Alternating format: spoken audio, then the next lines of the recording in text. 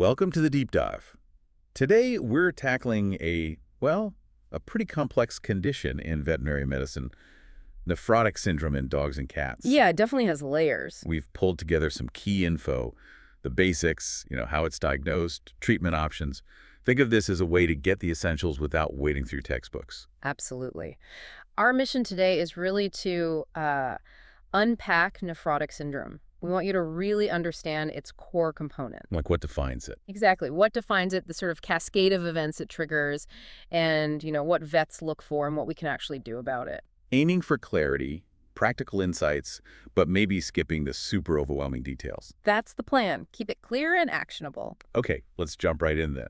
What is nephrotic syndrome exactly when we're talking about pets? Okay, so in essence, nephrotic syndrome isn't just one thing. It's defined by 4 specific things happening at the same time, concurrently. 4 things. Got it.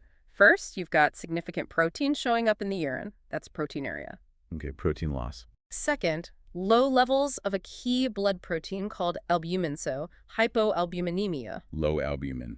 Makes sense if it's being lost. Third, high cholesterol levels, which we call hypercholesterolemia. High cholesterol. And fourth, you see fluid building up where it shouldn't, think abdomen, under the skin.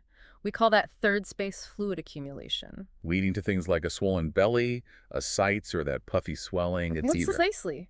Ascites or subcutaneous edema. So those 4 together.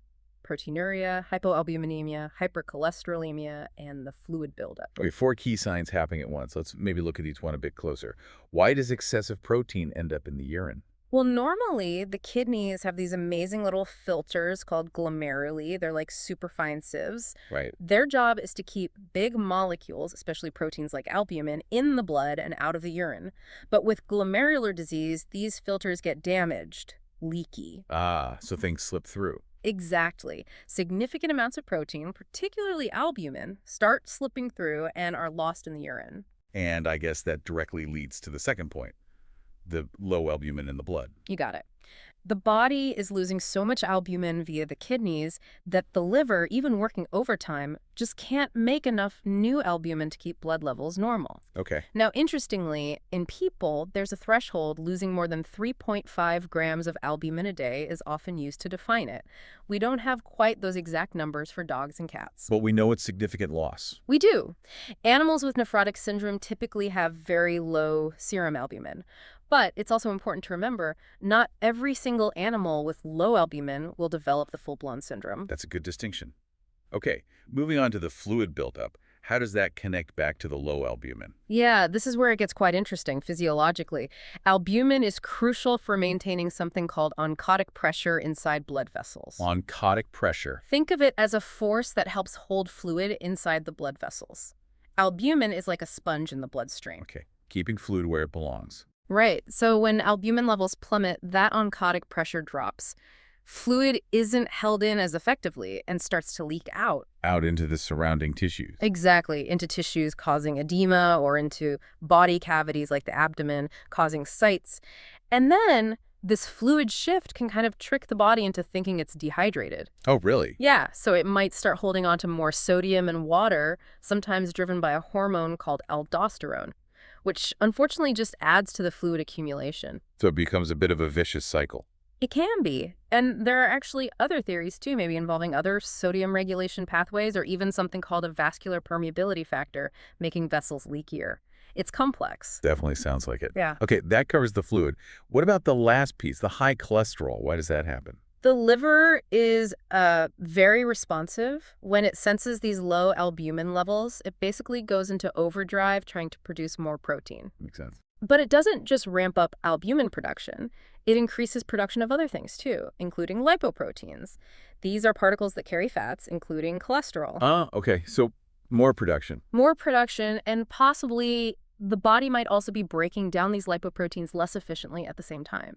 So you get this double whammy: increased production, maybe decreased breakdown, leading to high cholesterol. Got it. That paints a clearer picture of those 4 hallmarks. But it sounds like this syndrome isn't just about those 4 things. There could be other issues, too. Oh, absolutely. You're right. Especially in dogs, we often see other complications crop up. High blood pressure, hypertension is common. Okay, hypertension. And a really big one is an increased risk of blood clots forming, We call that hypercoagulability. That sounds serious. It is. It's a major concern. It happens for a few reasons. Platelets, the little cells involved in clotting, might increase in number or become stickier.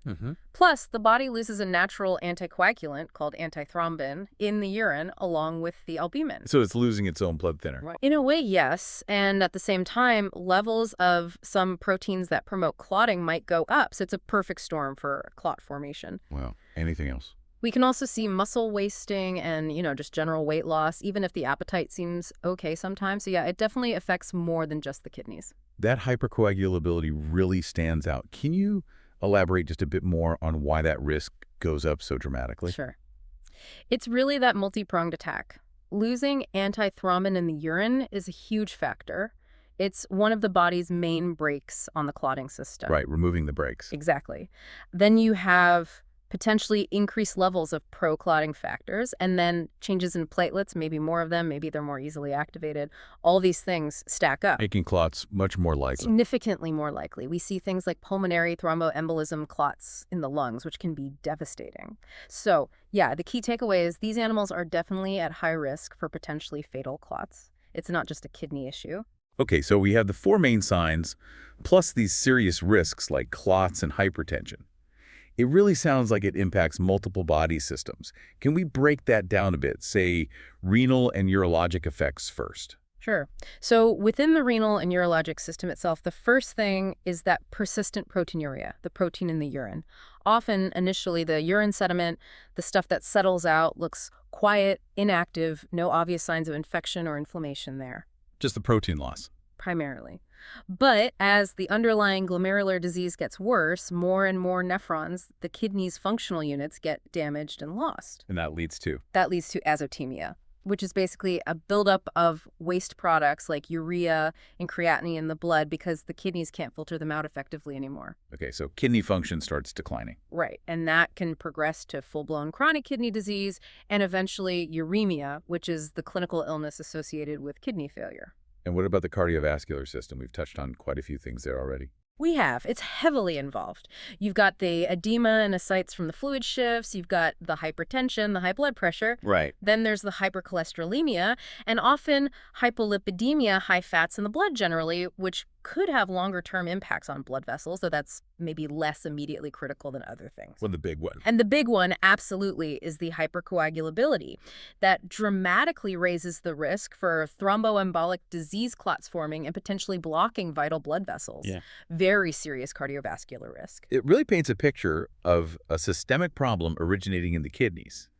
Now, thinking about which animals get this, are there genetic predispositions, or is it more random? That's an interesting question. We do know some breeds have inherited familial types of glomerular disease. Okay. But perhaps counterintuitively, developing the full nephrotic syndrome seems less common with those specific familial types compared to other non-familial forms of protein-losing kidney disease. So having an inherited kidney issue doesn't automatically mean a higher risk of this specific syndrome. It seems that way, based on what we know now.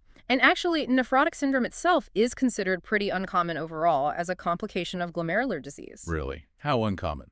Well, one study looked at data from 8 veterinary teaching hospitals and found a median of only about 0.5 new cases diagnosed per hospital per year. So not super frequent. Okay, that is uncommon. And it doesn't seem to be linked to one specific type of glomerular damage either. Lots of different underlying kidney issues can potentially lead to it, but only in a subset of cases. So no particular breed is a major red flag specifically for the nephrotic syndrome complication itself. Not for the syndrome as a complication, no.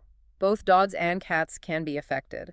But there is an interesting finding regarding age. Oh. Dogs that develop nephrotic syndrome tend to be diagnosed at a younger age compared to dogs who have glomerular disease but don't develop the full syndrome. Any idea why? Not definitively. The study showed a mean age of around 6.2 years for the nephrotic dogs versus 8.4 years for the non-nephrotic ones with similar kidney issues.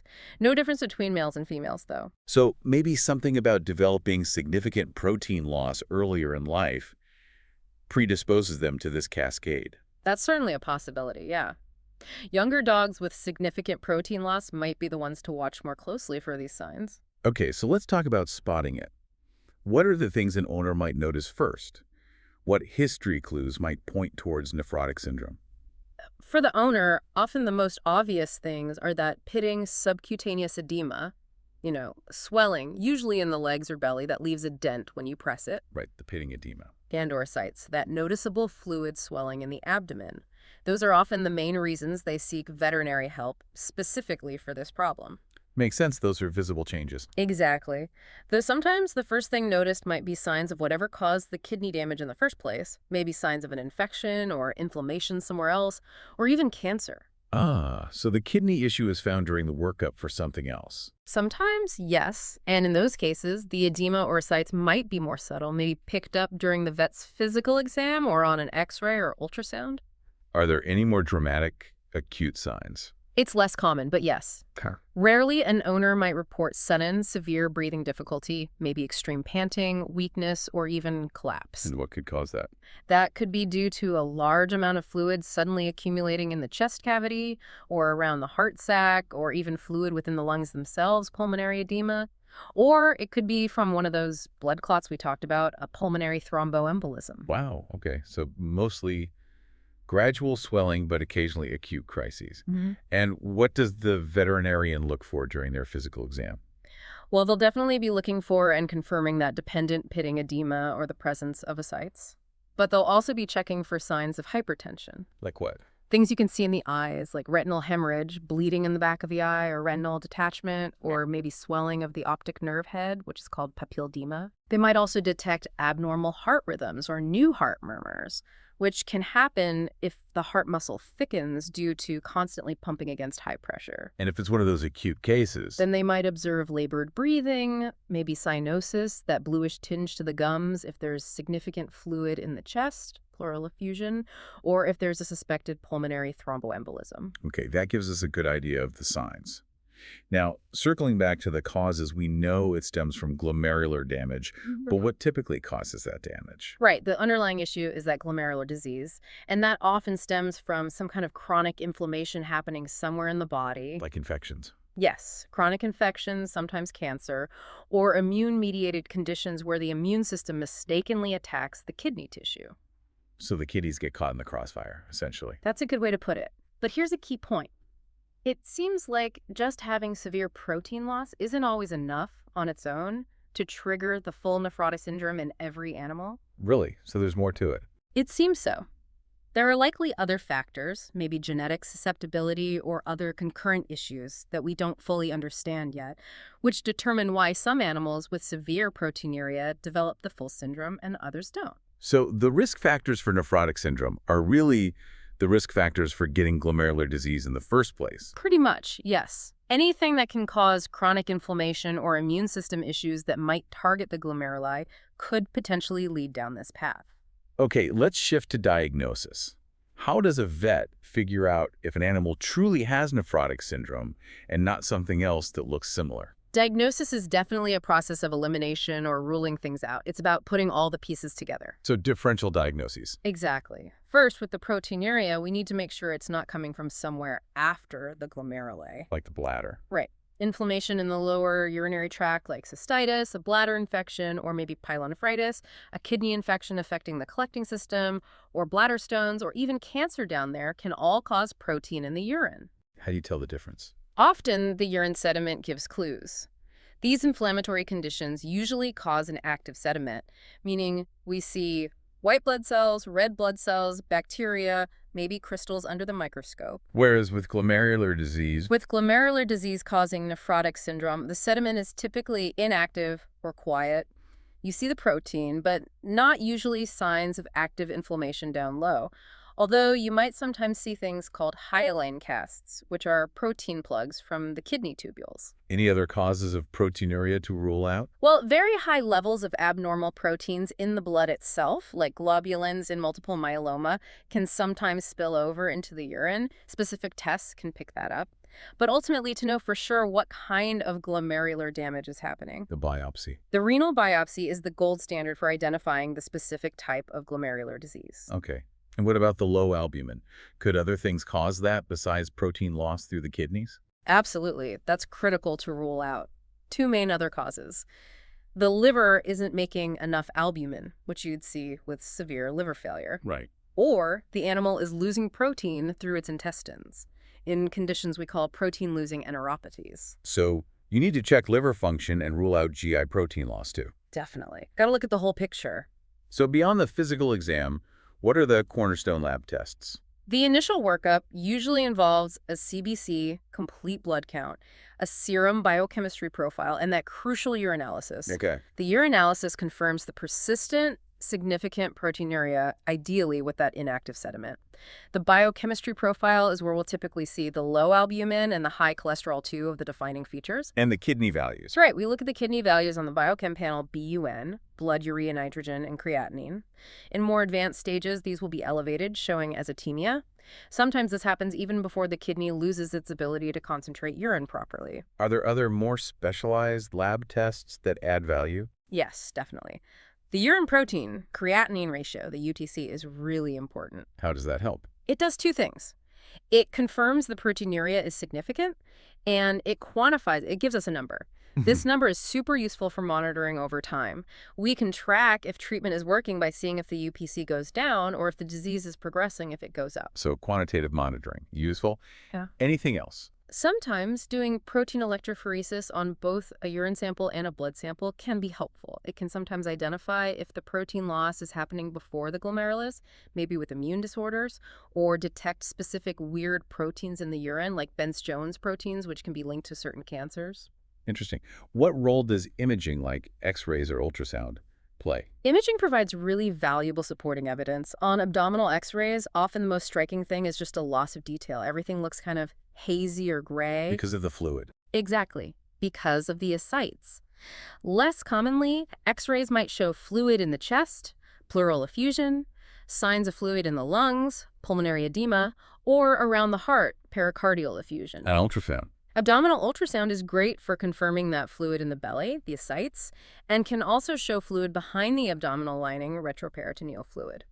Sometimes the kidneys themselves might look a bit enlarged or abnormal, which can be seen with various glomerular diseases. And you mentioned the renal biopsy again as the definitive step for identifying the specific type of glomerular disease. Yeah. When is that usually done?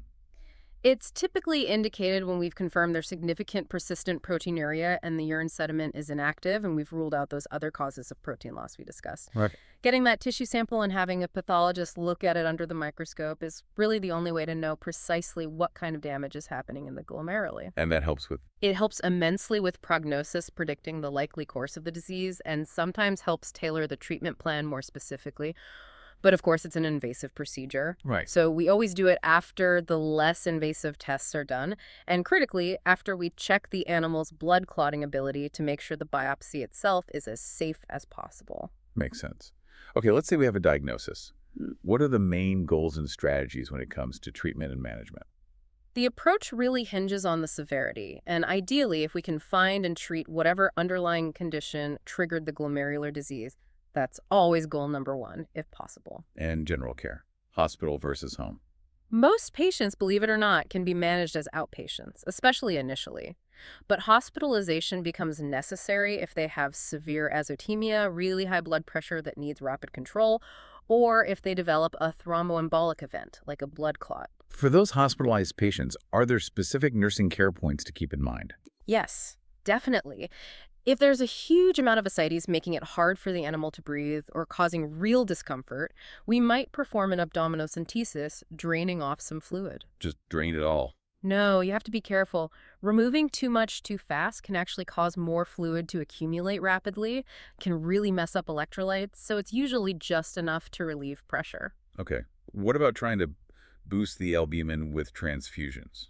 Generally, routine plasma transfusions aren't very effective for the hypoalbuminemia itself. You need massive volumes. The effect is very temporary because the protein gets lost quickly, and it carries risks. It's not a standard treatment for just low albumin. But maybe in emergencies? Potentially, Yeah. in really life-threatening situations with severe fluid buildup, like pulmonary edema or massive pleural effusion, sometimes intravenous human albumin might be considered, but it also has risks, like allergic reactions. And fluids for hospitalized patients, what kind? If they need IV fluids, we typically lean towards lower sodium maintenance type fluids. The idea is to minimize giving them extra sodium that could worsen fluid leakage out of the vessels. Makes sense. Any fluids to avoid?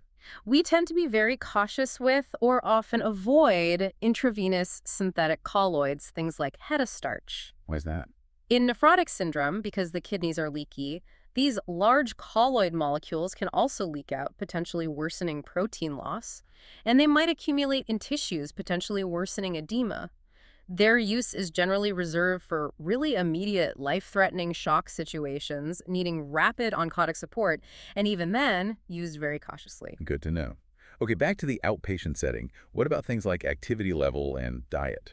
Activity is actually a bit debated. Some might advise restricting activity to maybe lower clot risk, but that's not strongly proven.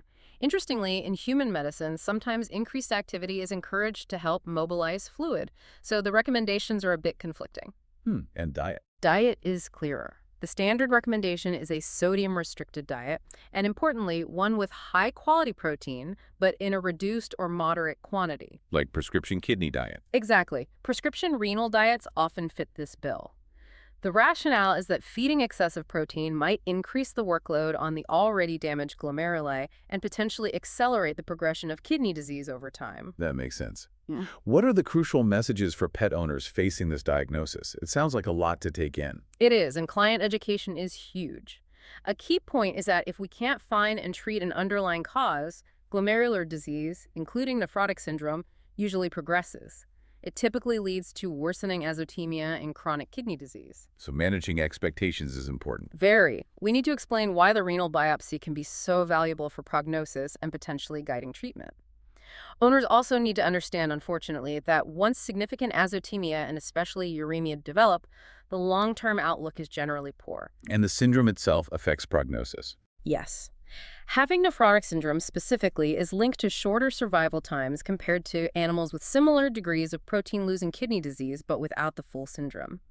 One study showed a median survival of just 12.5 days for dogs with nephrotic syndrome versus over 100 days for those without it in that particular group. Wow, that's a stark difference. So what medications are typically used to manage the various aspects of the syndrome? Medications generally follow the standard recommendations for treating glomerulonephritis itself.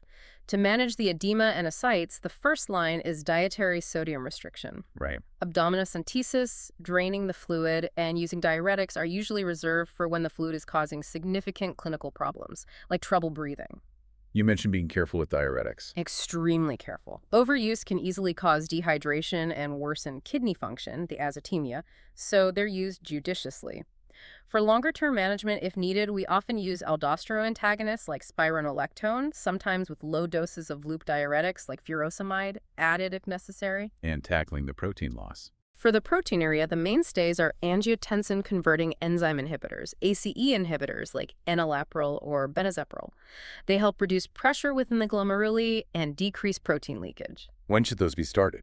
Generally, it's recommended to start ACE inhibitors relatively early, as long as the animal doesn't have really severe kidney dysfunction already. And what about the clotting risk? That's critical. To reduce the hypercoagulability risk, low-dose aspirin is commonly recommended, especially once the serum albumin level drops below about 2.0 or 2.5 GDL. Some specialists might use stronger anticoagulants like clopidogrel or even heparin in certain high-risk situations. Are there any specific precautions when using these meds in nephrotic patients? Yes. Because albumin levels are low, drugs that are normally highly protein-bound in the blood, like aspirin for instance, might have more free active drugs circulating, so dosage adjustments might sometimes be needed. Okay. ACE inhibitors need caution if creatinine is already significantly high. And as we keep saying, diuretics require extreme caution due to the risk of worsening azotemia. Got it. So once a pet starts treatment, what does the follow-up look like? How often do they need to be monitored? Regular, consistent monitoring is absolutely key. We need to track that UPC ratio to see if the proteinuria is improving. We need to monitor the kidney values, BUN, and creatinine, the albumin level, electrolytes, blood pressure, and body weight. How often? The exact frequency depends on the individual case and stability, but typically we'd recommend rechecks fairly often after starting treatment, maybe at 1 month, 3 months, 6 months, and then perhaps every 3-6 months after that if things are stable. Right. But adjustments are common. And despite best efforts, what are some potential complications owners should be aware might still occur? Well, besides the general complications of progressive kidney disease, nephrotic syndrome carries a higher risk for certain specific things. We've hammered this home, but arterial or venous thrombosis blood clots is a big one. Pulmonary thromboembolism is probably the most feared. Electrolyte imbalances can also be a problem, especially with repeated fluid drainage or high diuretic doses.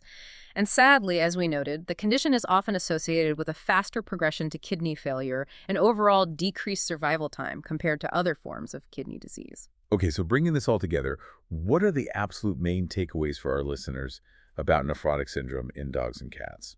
I think the crucial points are: one, it's a serious complication stemming from underlying kidney filter, glomerular disease.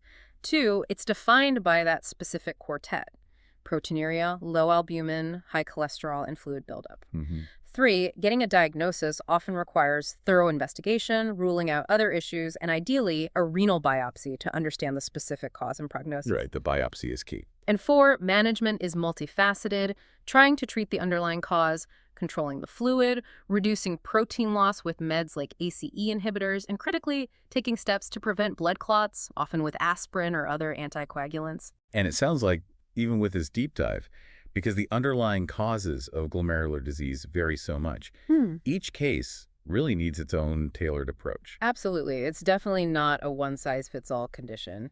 Each animal situation, the specific type of kidney damage, the severity, it all plays a role in the best management strategy and the likely outcome.